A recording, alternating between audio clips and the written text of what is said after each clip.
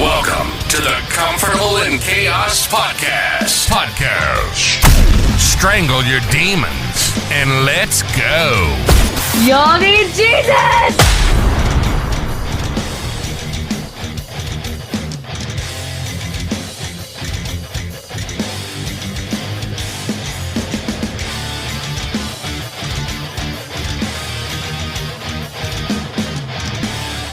If it takes all night, that'll be all right. If I can get you to smile before I leave. Oh yeah, running on empty. Running on empty. That was episode number 2 about the Doug, Daystar, Jimmy, Joni, the whole kit and caboodle cabal, heart to heart. But in that poignant message, Running on Empty, that amazing song by Jackson Browne, I mean, you can totally vibe to it. It's about being on the road. And men, how many of you are running on empty? How many of you feel as if you have nowhere else to go? In fact, you may feel hopeless because no matter what you do, you still feel empty. This message is for you because you are going to make it. And just like they say over there at Heart to Heart, not directly in the center, but when you get into the group setting, we're told over and over, you're a good man. You're a good man. Don't know if we really believe it because we've been so beat down. And Doug got beat down. Oh yeah. While he was on the road, he came to the conclusion that he was running on empty. And you know what he did? He pulled away from that fuel pump at a convenience store, and by God, he went to a bona fide, much bigger capacity, a lot more amenities, a lot more variety of products to a much bigger truck stop. Because Jimmy said it. He just could no longer stand the emptiness. But I've been there, man. Lived there, man. And I will make it because there is a sovereign Lord above. And he has a will. And everything is not for naught. You learn. You become stronger after you go through what killed you. You began as a broken man. You may still be a broken man. But now you can put the pieces back together right here with me, whatever that puzzle may be for you. And we're going to get off this relationship bullshit here real soon and get back to politics and history and motivational things, because it is anathema for a man to sit day in and day out and talk about his relationship. We're not made that way. It's unnatural. You are not your wife's buddy. Best friend? Yeah. Confidant? Hopefully. Lover, yeah. Spouse. Takes on a whole different dimension. Not 5 sex languages that border on the pornographic in a place whereby pornography has run rampant. But you're going to prescribe that for your sexually deficient? Oh, yeah. Okay. It's a very different modality, but you know what it does? It encourages women's fantasies, and the fact that they're living in that at the first place and have no discernible contentment, that's problematic in and of itself. So no more running on empty, guys. Let's pick ourselves up and let's go forward. What did that experience teach me? It taught me to become aware. Aware of where I was actually deficient in my marriage, for sure. Actually, when you do the deep dive, you found out whereby you felt deficient. You went above and beyond their protocols because you simply wanted to understand where this punishment was coming from and whereby you had actually rendered punishment probably in kind to your spouse, unbeknownst to you. So you take the deep dive and you then actually understand the genesis of everything that you have contended with your whole life, starting from childhood. And guess what? It does all begin there. This ain't no Freudian bullshit. And Heart to Heart Counseling Center knows this as well, or else they wouldn't give you, let's just say for simplicity, 10 distinct things that will create one of these problems in you. Because whether you are an intimacy anorexic, whatever the hell that level is, or a sexual addict, that's just a symptom of something. Now, granted, we know this program was modeled off AA. Now, do people have their first drink, like how it feels, or they take their first bump of Coke? Certainly that one, right? Much more malignant and much more chemically inducing, and they can't escape it after that. But really, most people do it to maybe vibe, release some inhibitions in a social setting, but then they like the feeling and they continue on with it. They get comfortable with it. We could even say comfortably numb, and therefore that addiction may begin. But they wouldn't need that alcohol other than the guy or girl who gets initially hooked, unless they were masking something else. And just like every man that walks into Heart to Heart has a different shoe size, and he has a different shoe size because his DNA and genetics are different, his parents are different, those shoes have walked through different lives other than the other men.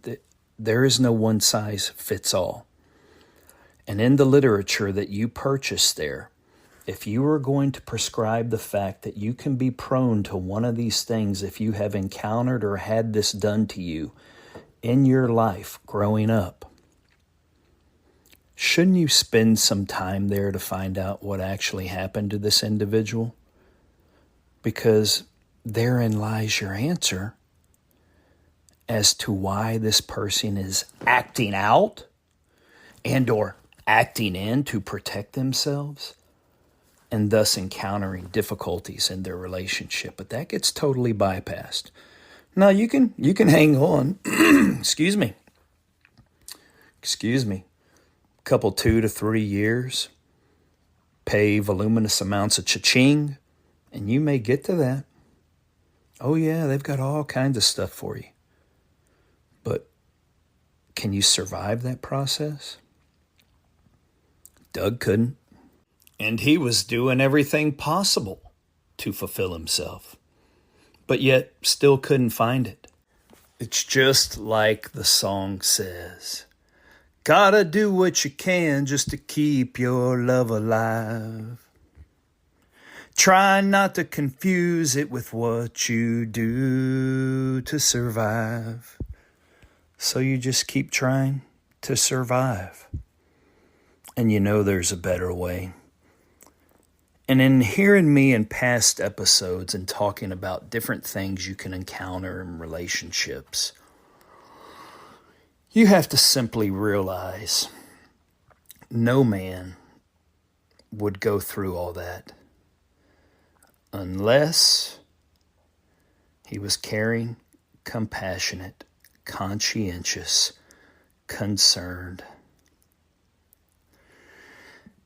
And no man would willingly go through any of this if he actually had courage. Courage at the beginning. Because ultimately, you're going to have to display courage at the beginning or the courage that you are going to have however long down the road will be immensely greater. On the flip side of that, which means, forget the flip side, which means on that last statement pertaining to men, there was some damage there. There was something that was lacking in them. There was something that they embraced because of whatever difficulty or hardship they encountered growing up. And they thought that lady would be the answer. And that's never the answer. You can't fix something inside with something from the outside. Now, to the flip side, it's very much the same for the lady. Struggling with the exact same things, whatever it is endemic to them. And like Jimmy Evans says,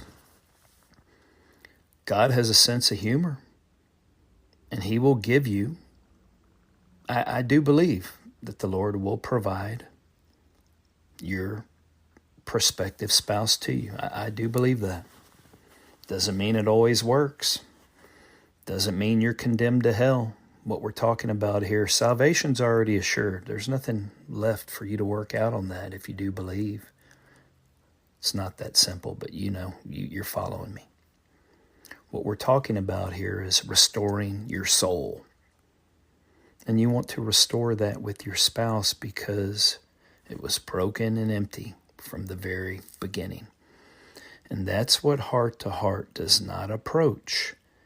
Despite giving you literature specifying how that occurs, but then they immediately take a round peg and put it in a square hole for expediency, without further discussion, without any further introspection, and or without any other desire to help you other than simply say, in my case, you have a different situation, Eric. Here's what you get to do. Pursue, pursue, pursue. Verbatim. Okay. Well, what does that mean? For how long? I was also told one time, you're like the catcher since we like baseball, my son and I. You never come out of the game and you never take off your gear. Okay, well, are we in fucking combat? Really? What does that mean? Are we playing a 30-inning game? Are we playing back-to-back double headers? What about the schedule next week and the week thereafter? Really? And like the song says, you can't find yourself a little bit weary and or further broken by the actual process that was purportedly there to heal you, but then neglected all aspects of that? Because unhealed pain or trauma plays out in marriage. And we know that people attached to one another at their level of health. And people typically find one another with God's provision, whereby if it is done correctly, 100% success rate according to Jimmy, well, they meld together and wash away these problems. But if that unhealed pain and trauma is never addressed, it will play out in the marriage. This is so much deeper than Heart to Heart even wants to touch, has the ability to touch, nor cares to touch. Honestly, there are some well-meaning people there.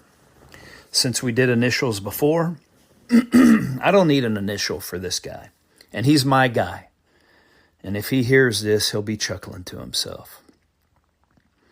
This is the guy that when I would hit him with certain things would jump with his back against the wall on top of his desk, holding his coffee mug tight. We'll call him a badass hippie. I enjoyed him. He knew I was dealing with some things that were much larger than the program, and therefore all he could simply say is pursue, pursue, pursue. He also knew that there were some inordinately different things on the other side of the spectrum, that I was a hardy enough individual, a committed enough individual, that I would address head on and simply try to bull my way through it, no matter what wall kept coming up in front of me. So even though he desired to go off script, he was still beholden to the program. So my hippie brother, I don't fault you at that. I know where you were coming from, because just like JL, I'm a behaviorist too. I saw it in your eyes and mannerisms, just like you saw things in mine. It's all cool. For my group leader, Big MP, a lot of kudos to you, bro. You were hamstrung too. You were hamstrung in a lot of ways. But what I do give you credit for was, as we went through things, the things all during, I guess, approximately the year, maybe year and a half, a little bit less, of group calls that I went through with you, I was always bringing things up to you. And then I noticed in your teachings later on, now especially after Doug had failed, you started acquiescing a bit. You started using different terms. You started talking about different scenarios whereby it would be prohibitively difficult for people to succeed unless those were remedied. Yep. You even started to collate data for, despite men's best intentions and efforts, it was not received by their spouses. And they were going through, believe it or not, feelings of pain, feelings of despondency, feelings of hopelessness. And my guess is you'll do good work with that data and you will help men. My guess is Doug will probably write a book about it, and it'll justify the actions that he took and that Jimmy sanctified, at least sanctification from a fleshly perspective. That's what I believe. But I have mad respect for you. You know, I challenged you a couple of times. You certainly challenged me. What I do not like is I reached out several times. I'm not going to say to anyone or anything. When I would encounter things deemed problematic that I thought were in and above, that I couldn't explain away, pray away, think away, those messages were always snubbed. Now, if I sent a baseball picture or a picture of my son and I, that was immediately responded to. I also, in the course of my own self-study, actually the evisceration of myself as a man, the evisceration of my soul and trying to make things better, I would bring materials to different people's attention. This could be a better way. This is what I'm confronting. This is maybe something more plausible, not just for me, but for all the guys that I've described in the other 2 episodes that fell by the wayside despite the program touting enormous success. I can only go by what I was immersed in and saw, and it was failure. I made it through. Do I get a trident? Was that buds? Am I a SEAL now? I mean, the Navy hasn't contacted me, so I must not have made it. But any time that I brought in outside materials in order to help, crickets. Crickets, man, crickets. So I didn't like that one bit. And what was I going to do? Become problematic? Be described as a lazy ass who simply doesn't want to do his work if I brought something up? Oh, he's just not going about the program. And then once one of these diagnoses are placed upon you, any action, and hell, Your spouse or anyone else can interpret your thoughts for you, right? Can tell you what to do, how to feel, what you're actually thinking. And if you deviate one iota, what if you had a feeling? What if you actually had to turn the keys on in your car and drive to get bananas? Is that indicative of some type of sinister behavior or neglecting your spouse? Sure, there's some constructs whereby that could occur, but I think you understand the idea that I'm presenting here. It's total hogwash, and once these weapons are presented to whatever the other side is, it's full-scale warfare, and they're yielding them and you're receiving them.